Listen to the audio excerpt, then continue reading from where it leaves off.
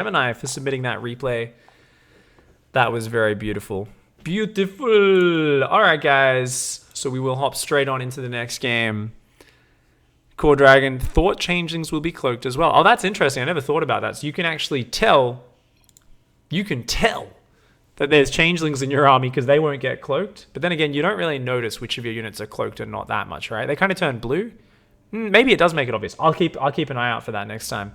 All right, guys, spawning here into map number 3. Here we go. We are still playing Icy Fire. We are looking at fainting attack replays. Replays where people try and pull their opponent out of position, do some fake attacks. We still haven't seen any empty dropships.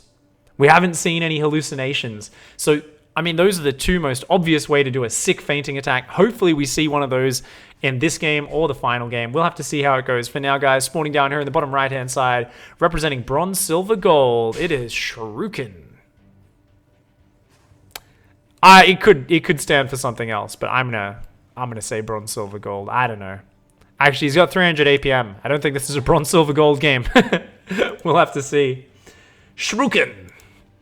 And spawning down here, facing off against him, the blue Protoss player in the bottom left-hand side, representing clan Narcotics. It is Nopret. Narcotic? It is like narcotic, right? That's got to be narcotic. And what is the clan tag? It's like graffiti. You know what's like the greatest thing? You got to go and like ask someone to read graffiti for you. But like make it sound like they should know how to do it. There is nothing funnier than watching someone try to pretend like they can read graffiti. They're just like, oh yeah, that's it says life. Nemo. It says Finding Nemo. Yeah, because yeah, like honestly, who can actually read graffiti? No one knows what it is. We just say, oh, that looks cool. We kind of nod and smile a little bit. There's like 3 dudes in chat right now like, I can read graffiti. I climb on buildings at night and draw it on abandoned warehouses and something. Like, yeah, sure, mate. You're just fucking scribbling, aren't you? You don't even know what you're doing, I bet. This is actually the shit that I think. My brain's special. My brain's special. No one's scouting this game. What's going on, dudes? Shuriken doesn't give a shit. He's just like, nah, just going to expand. Get the fastest second gas of all time. I don't care. My Reaper's not even going to go scout. It's going to sit in my base. Nopret's getting out an Adept very early and is preparing to proxy. Where are you going, Probe? Where are you going? Oh my god. He even placed the pylon from his side of the map. Like, man with a plan right here. And Shuriken is now going to go across the map. He's going to scout. But with that Adept already out, it's going to be hard to realize that there is a extra pylon out on the map. I mean, this looks like a reasonably normal setup. You're like, yeah, there's 3 pylons here. That's a normal base, right? Reaper's going to come and see if he can get a probe. And the Adept, ooh, nope, the Adept is in the main base. So he's going to come and seize the Twilight Council. We'll have to be worried about a DT rush or something like that. This Adept, she is lazy, man. Oh, come on. You got to burn off some calories or something, love. You're just sitting there. She's just like, nah, don't really feel like playing Frisbee. Not with the douchebag with the jetpack. Not today. So she's just going to kind of waddle around. Adepts, by the way, one of the most awkward units when it comes to how they move. I think this is to make up for the fact that their shade is like insane, right? But I always feel reminded of watching a Huntress from Warcraft 3. And if you guys ever played Warcraft 3, you know that the units in that game are clunky as shit. Like every RTS ever until StarCraft 2, the units are clunky as shit. But especially, I don't know, there's just something about the way Huntress take forever to do their attack animations and the way they like awkwardly move around. The Adept just always reminds me of that. Also, they both use glaive attacks, which is basically a spiked Frisbee. So, yeah. If you look close enough, if they change angles, I can actually show you guys the spiked Frisbees they have. Anyways. I still think whoever thought of that as like a real weapon is an absolute genius. They're just like, you know what? I'm pretty sure in Fantasyland, people just like have a spiked Frisbee and they just throw it at people. And like, I feel like there's like more logical weapons like javelins, throwing knives, bows and arrows. Nope, we're gonna use spiked Frisbees. Okay, cool, go for it. Have fun. Have fun with that. Enjoy chopping your fucking hand every single time you try to throw it at someone. Shuriken here has a Widow Mine in the mineral line, is making a Liberator. Marines with Stim on the way. We've got Adept Glaives, so Nopret is pulling out what I call the ultimate douchebag build. Oh, mining gas on the natural, that's a bit odd. Because you don't really need gas to just mass Adepts and go kill your opponent. Unless you want to make a lot of sentries with it as well. Okay, all right, this is not the ultimate douchebag build. Nopret is actually going to go ultimate hallucination build with mass adepts behind the hallucinations. So it's going to be like 50% fake hallucinations, 20% real adepts. I don't even know. This is going to be amazing. Maybe it's just going to be a mass sentry attack. This is actually kind of hilarious. Liberator is going to come and siege up that main base. Is there a mothership core? No mothership. Oh, no. This Liberator is going to be a real pain in the ass. Nopret is going to need to warp in Stalkers immediately. Marines and Marauders back at home are chilling. And here comes the Lib. Oh, my God. Like, normally you see these two pylons finishing and you go, oh, crap, I sieged up my Lib in a bad spot. But in this case, no mothership. Oh, man. Liberator is just going to tear apart so many workers. Actually changes position. Should have just stayed in position. The probes weren't fully pulling away. Is going to kill even more. And the Stalker here, taking one for the team, walks right into the zone. Oh, my God. Stupid Stalker does go down. This is terrible. And Stalker's warping in the zone. Oh, Nopret. Nopret, get out. No. No. Oh, my God. Meanwhile, back at home, we've got the Feint guys. Watch from Shuriken's camera. Shuriken's like, what the shit? Oh my God, there's Void Rays coming into my main base. Oh my God, he's gonna start freaking out. Does have a Raven. Finally that goes down after killing a casual 15 probes. The units all pull back for the Void Rays. Look at this, it's a Feint. The sentries are gonna force field the ramp. Oh my God, Nopret. You're my favorite person right now. Force field. Where's the... What are you doing? Force field. There we go. Fucking... The whole game plan is to get in position to force field the ramp. I was like, is he actually not going to force field this? But Nopret gets the force field, shuts down that elevated drop down there. Widowmine's going to kill a single zealot, but oh, Nopret just tearing it up. This is sick. Sentries tickling through that command center. The fake Void Rays just pulling Terran way out of position. And Nopret here with a very simple yet beautiful feinting maneuver. The hallucinations pull the Terran out of position. Force field on the ramp. Still Ember. Or a Rip Terran. And you don't get a GG for that one, Nopret. Shuriken was not too happy. Did I just kill 15 probes with a Liberator and then die to 3 fake Void Rays pulling me out of position in a force field on my ramp? Yep, that happened. We all feel your pain, mate. We all feel your pain. Just remember, in Heart of the Swarm, there are pro gamers whose entire PvZ strategy was to make 7 gateways and a warp prism and to just fly around until the Zerg army was all in the main, and then they'd drop in the natural and force field the ramp. Or it was all in the natural, and they'd drop and force field the ramp. And it was the bane of every single F2 player out there. So guys, we are going to hop into one last game, which my lovely mod, who actually selects the replays, he was like, look, you don't need to cast this game, but I think it was pretty entertaining, and I had a lot of fun playing it. So if you want, you can submit this replay.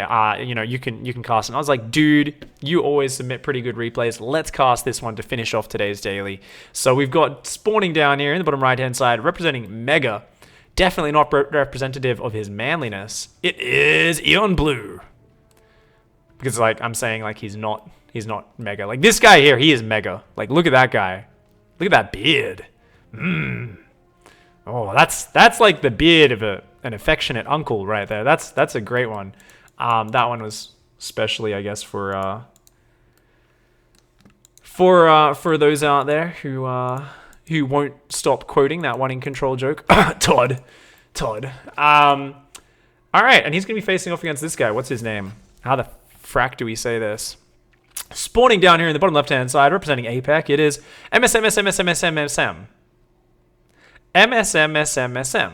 That's just fucking terrible. I'm going to call him Missum. Alright, so it is Missum. I'm not going to call you MSM. That's a terrible name. Alright, MSM. Okay. Missum is going to take a Nexus over here and have some fun with that. It's going to be scouting at the same time. This probe here. Oh my god, get Shrek'd. That probe is a little bit of a douchebag.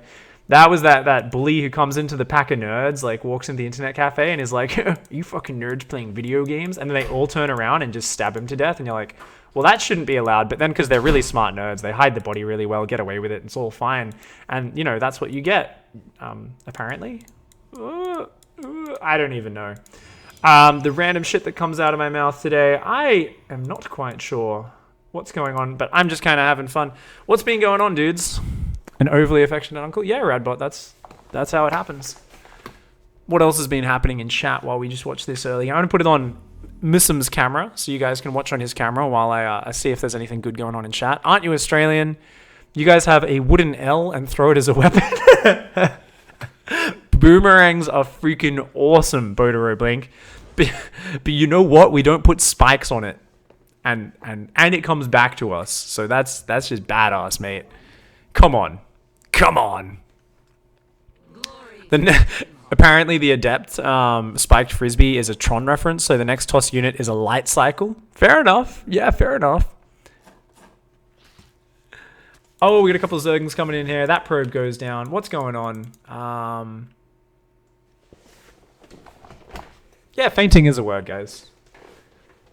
People in chat be doubting words and shit. Alright, this Adept's going to come on in, going to do a little bit of a shade around, going to take a look. Look at that scouting vision, guys. Oh, great vision range there. Beautiful.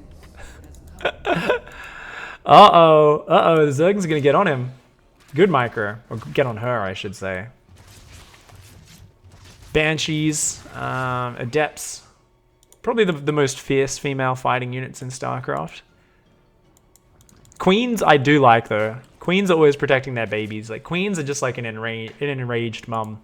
You know, I don't think I ever saw it that way. I was always just like, yeah, it's just like this blob that throws eggs mindlessly. But the moment I saw the Carbot video where the queens are getting mad because their babies are getting killed and shit, I was just like, yeah, you know what? Queens are fucking badass. Like, every time they see a depth shade into their mineral line, I'm pretty sure they've just got adrenaline pumping through their bodies. Like, get the fuck away from my babies! Whoa! Nothing in the wall. Couple more probes are going to go down here. Oh, Missum is taking a lot of damage. Eon Blue gets on in. He's going to kill a whole bunch of probes. Oh my gosh. Oh. Every time a Protoss player complains about PvZ balance, I remember how many times they don't have a unit in the wall. Myself included when I'm playing Protoss as well, guys. And I do play Protoss a lot. And I'm like, yeah... I feel like 30% of my PvZ losses would probably be stopped if I just always fucking had units in my wall, but yeah, that's hard. Let's not take responsibility for our own losses.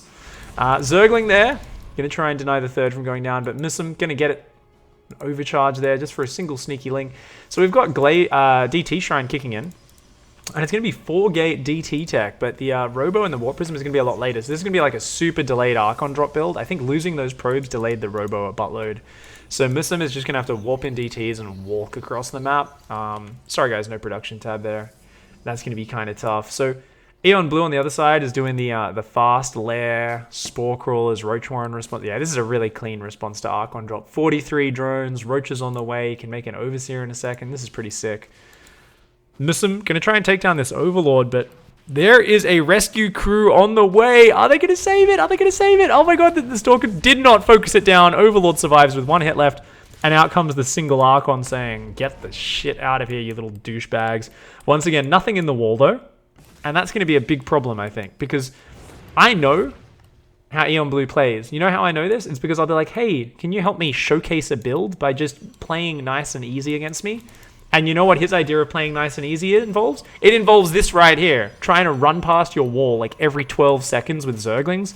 This is just what he loves to do. Recall into the main, the Zerglings just turn around and run back to the natural though. Oh man. Protoss Nightmares. This is the stuff that Protoss Nightmares are made of. Zealots are going to warp in. I mean, the Zerglings aren't even killing that much, but they're just wasting so much mining time. And they're like pulling away all pressure from Eon Blue. And okay, there's a Zealot in the wall now. So once the units are in the base, it looks like he does react a bit better. Roach is going to hit the front as well, and these Zerglings just buying so much time. They're even going to get back into that main base. Oh, man. Roach is here trying to focus down the pylons. DTs are going to warp in, but oh, the Overseer joins the party. 1 DT goes down. Beautiful. Eon Blue here focusing down some pylons, doing some great damage. I think the Zerglings in the main did finally go down. Eon Blue looking very good. This Warp Prism flying on into that main base. Oh, ugh. Queens, the Spore Crawler trying to root underneath it as well. Ah, man. Just remember, Roach speed on the way is going to be very nice. Good bit of creep spread. A little bit of a worker lead for Eon Blue. I like his mineral count as well. Just the casual 2k minerals. The sign of a Zerg that he's like, nah, just don't want to spend my money yet. I just want to be sure what I spend my money on first of all. He's going to need to build some overlords as well. So he's starting up a overlord. We'll see how he goes with that. Looks like, what is this? 2 DTs, 2 zealots. Ooh. So that's a good drop for later on, but I don't think it's a good idea to go in with that now. You need to wait, because like, yeah, he knows the Warp Prism is here. He is so well prepared. Don't drop, don't drop. Okay, Mism turns around. At home, charges on the way, Immortals are starting to come out, as well as Archon. So Mism is getting the 3rd up and mining, but meanwhile, Eon Blue's already mining on that 4th, nice and healthily. So pretty sick eco advantage for our Zerg player. Mism just going to continue to look for an angle to do something with this Warp Prism. And is going to start to morph some Archons as well. Okay, wow, interesting. This Zergling here is going to actually spot these units, I think, in just a moment. Yeah, it's going to spot the move out. Oh, the Zergling's like, hey, dickheads. Gets a couple of scratches off on some of the Zealots before getting blasted in the face by a bolt of electricity. Archon, Zealots, and a single Immortal going to move in here. Warp Prism's going to try and warp in the main at the same time. Eon Blue's pulled his whole army out of position to the front. It looks like Mism's going to be the one fainting him this time. Fake army at the front, does a warp in the back, but it is just 3 Zealots and charge isn't even done, so it's not really going to do that much. He's just going to pick it up and get on out of there. Good little poke around, does put on a bit of pressure, clears up the creep tumor at the front. This is a nice pressure from Mism, but it's a little bit risky. He has to be very careful, especially once Baneling speed finishes. Doesn't want to get caught out on this map, and things could get very dicey if that happens. The Zerg supply is starting to look disgusting right now. All of these new Ravagers looking like a Lego experiment gone wrong. Not even Lego. Lego looks too good. I'd say more Mega Blocks. You know, you guys know like Mega Blocks? It's like budget Lego or something like that. Like, it's like Lego for kids who aren't as coordinated or something like that. I don't know. My little brother's always played with Mega Blocks growing up. I didn't even know if that's a thing. But yeah, basically the Ravagers look weird. There's a lot of Archons. They need to turn around and get the hell out of there. Needs a few more Banelings to deal with these charge lots though. With a bit of a flank, might be able to make something cool happen. I'd love to see a bit of a feinting maneuver. I want to see some 1-2. I don't want to just see Ravagerling Bane crash through the front. Come on, you can do this, Eon Blue. You can do this. No, he's just going to crash into the front with only a small counterattack on the 4th at the same time. So just kind of poking around. Looks like he killed his own unit there. Is going to try and clean up that base. Doesn't have +2 melee just yet. And here we go. Protoss is coming out into the open, funneling through a bit of a choke point. These Archons super exposed right now. And oh, the Banelings rolling on through as well, forcing those units to retreat while the Ravagers and Roaches just do so much damage. Eon Blue, not so much fainting as headbutting his opponent to death. This is what we call the famed Liverpool kiss right here. It's where you walk up to your opponent and you fucking headbutt them. That's what he just did, man. But it turns out Mism has a stronger head than I originally gave him credit. He headbutts Eon Blue back, somehow comes out with some units still alive. I don't know how. I really thought he was just going to get dead there. But it looks like both players have got to go back and lick their wounds. They got to spend these giant banks that they're both building up. Looks like yeah, a bit of a low lava shortage here for Eon Blue. He's got this sick economy, but maybe he needs to find a way to attack from multiple angles once again. Oh yeah, and by the way, I know I talk about this too much, but if any of you call Lego Legos, like just like I just don't. It hurts me. Don't add plurals on things that don't exist. Isn't that like all of America, actually? I'm pretty sure all Americans call them Legos, right? You guys are crazy, man. You guys are crazy. You can't just add plurals to things for no reason.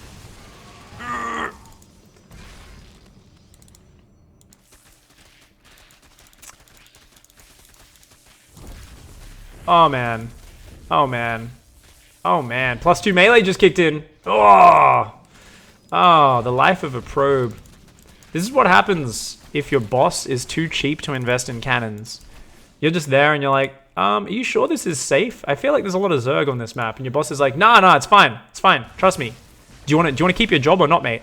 Mate, there's like 20 immigrants out there that could do your job for half the wage. Like, just be happy that you have a job at all, okay? And then next thing you know, there's Zerglings running through your workplace fucking nibbling on you. And you're just like, well, yeah, I kind of warned you this would happen. You realize this is lowering productivity, right? And it would actually be better for the business as a whole if we had cannons. And your boss is just like, no, fuck you. And you're like, okay, yeah, you're a shitbag. So guys, that is why we need more cannons in the workplace. We need to be a little bit safer. And for now, somehow, the supplies are actually not that crazy. Aeon Blue still has quite a bit of bank, but splitting off counterattacks from all sides. He's wanting to, yeah, he's just going to keep posturing with the main army. And now he's going to full counterattack mode. More and more Zerglings working their way in. Where are the cannons? Why were you not on hold position? This is that lazy security guard that was sleeping at his station. Banelings and Zerglings running into all the bases. Some good defense on some sides, but at the same time, Aeon Blue A move through the front. Wasn't really an A move. The Banelings were really well microed there, actually, to not blow up on individual Archons and Immortals. But it looks like this is just too much, and Aeon Blue gonna roll over the top. He's gonna say, get the hell out. Misum is like, oh, should have protected my workers, should have kept units in my wall. And here we go, a few more Zealots coming in. But there's Banelings. Oh, man. I mean, Zealots are so good versus Ravagers. But the Banelings do enough damage. They all get cleaned up. And with the Ravagers still left standing, that's the important, expensive Zerg unit that Zerg needs to keep alive. And oh, my God, those Zealots. They just F2'd to the front. Oh, my God. Even the probes in the main are going to get torn apart. Aeon Blue just ripping it all apart. The army at the front was always like almost like a distraction in this game. And it was always these little Zergling counterattacks just running in the back, constantly nipping away at Misum. And Misum comes in here. As I said, Chargelots wreck Ravagers really hard, but I think there might just be enough Zergling reinforcements. So even though that was like a decent trade for Misum, in normal circumstances, when you've lost your natural and your main mining, your fourth is barely mining, and all you've got is like a single Warp Prism desperately running around trying to do something, it's just not enough. 4 Zealots do not beat 3 Spine Crawlers, no matter what your upgrades are. So Aeon Blue here, depowering all the production in the main. More Zerglings into that 4th base. These probes dealing with unsafe working conditions, getting torn apart.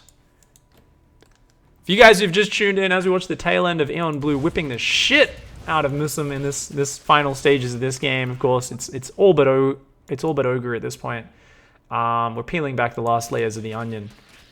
And yeah, basically, you guys should send in replays for next week. What is next week's topic? It is saving the ozone layer. There have been a few too many fucking dirty Vespene emissions all over the sector. Caprulu's falling apart. Our planets are getting too hot.